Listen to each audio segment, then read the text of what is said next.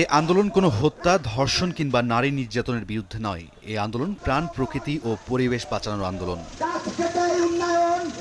রাজধানী ধানমন্ডির ৭ মসজিদ সড়কে রাতের আধারে গাছ কাটা ও প্রাণ প্রকৃতি ধ্বংস করে উন্নয়নের বিরুদ্ধে দীর্ঘদিন ধরে চলা প্রতিবাদের অংশ হিসেবে সকাল থেকে ঢাকা বিশ্ববিদ্যালয়ের দোয়েল চত্বরে জমায়েত হতে থাকেন আন্দোলনকারীরা। পরে নগরভবন অভিমুখে বের হয় র্যালি। এ সময় স্লোগানে প্রতিবাদ জানান আন্দোলনকারীরা।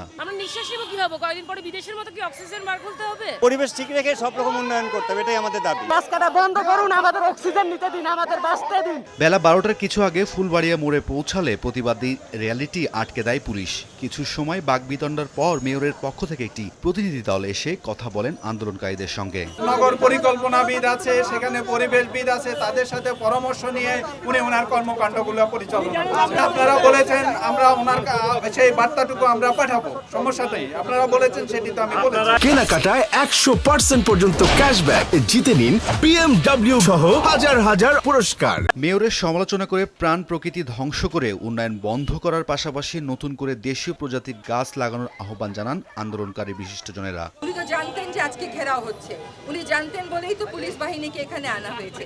উনি তার আগেই ঘোষণা দিয়ে দিত যে ঘেরাও করার দরকার নাই, আমি আর গাছ কাটবো না। নাগরিকদের কথা শোনা, ওনার বিন্দুমাত্র ধারণা নাই গণতন্ত্র মানে।